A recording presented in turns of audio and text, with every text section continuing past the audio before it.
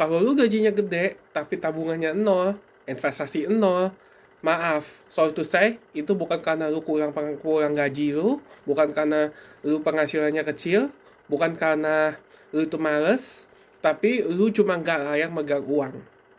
Nah, di sini gua bakal buka fakta kenapa banyak orang itu bisa kaya dan banyak orang yang nggak bisa. Bahkan, hanya 1% di Indonesia yang punya lebih dari 100 juta rupiah di rekeningnya. Dan di sini gue akan bahas tuntas fakta yang bikin banyak orang gak nyaman. Kenapa uang cepet banget ninggalin lu? Kenapa orang yang menggaji tinggi itu bisa sering jatuh miskin? Dan kenapa uang selalu pindah ke tangan orang yang lebih dewasa secara finansial?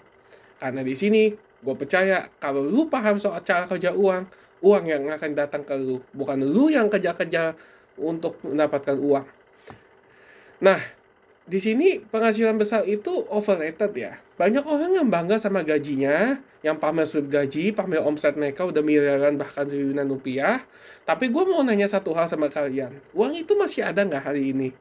Karena faktanya kalau bergaji lu gede tapi lu nggak ada kontrol itu sama dengan kebocoran yang besar. Dan omset usaha yang besar tanpa sistem itu sama dengan bom waktu untuk menuju kegagalan atau failure. Nah, kalau tiap bulan uang lu habis, berarti lu cuma jadi jalur lewat uang. Di uang itu tidak menetap. Sekarang kenapa uang itu ninggalin lu? Pada dasarnya uang itu bakal datang ke orang yang bisa jaga dia seperti kita anak kecil yang mau dijaga oleh orang dewasa gitu. Nah, orang dewasa yang bisa merawat anak, ya tentu anak kecil ngerasa aman dong gitu. Tapi kalau orang tua itu tidak bisa menjaga anak kecil, tidak bisa nurturing, ya sama aja anak itu tidak akan nyaman bersama orang itu. Uang juga sama. Kalau lu nganggap uang tuh hal sepele, gak pernah nyisihin di awal, hidup cuma buat gengsi, jangan kaget kalau uang lu tuh datang cuma sebentar. Dia cuma mampir, bukan tinggal, karena uang lebih setia sama orang yang disiplin daripada orang yang berprestasi yang tinggi. Gue percaya kalau lu itu nggak mau jadi orang yang ditinggal uang, kalian pasti akan follow channel ini, karena di sini gue akan bahas hal-hal cara mengelola uang yang jarang diomongin orang di luar sana. Karena sebagian orang itu pantas kaya dan sebagian itu enggak. Karena gua tahu perbedaannya itu adalah di mindset dan cara kalian mengelola uang. Nah, sifat orang yang pantas punya uang. Uang itu cuma mau sama orang yang dengan 4 hal ini. Satu, tegas sama sistemnya sendiri. Mereka berani bilang enggak ke gaya hidup yang mereka belum mampu. Kedua, mereka itu punya sistem yang mengatur uang mereka, bukan perasaan. Mereka itu ngatur uang tuh pakai sistem, bukan perasaan mereka. Aduh, gue mau beli ini, aduh, gue mau beli enggak. Mereka itu pakai sistem. Budget itu aturan, bukan saran keuangan. Yang ketiga, mereka itu udah berpikir long term atau jangka panjang.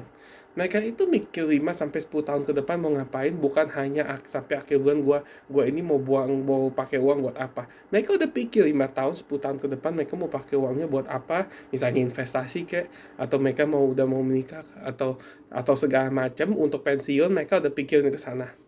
Yang terakhir, yang keempat, mereka itu haus ilmu, bukan validasi. Mereka itu belajar investasi, bukan flexing. Bukan yang sampai ketagihan untuk flexing, untuk pamer kekayaan mereka. Enggak. Karena mereka kelihatan pretty di awal, tapi mereka itu tenang seumur hidup. Mungkin kalian lihat ya, ence-ence yang atau misalnya koko-koko, tapi mereka itu kelihatannya biasa aja, tapi ternyata duitnya banyak. Gitu. Nah, kalian juga harus kayak begitu ya. Jangan flexing, tapi kalian nggak punya duit.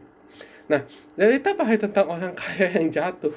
Banyak banget yang gue denger ya, apalagi kayak contohnya Mike Tyson atau misalnya desa yang waktu itu dibeli Pertamina, sekarang tiba-tiba jadi kaya, sekarang miskin lagi.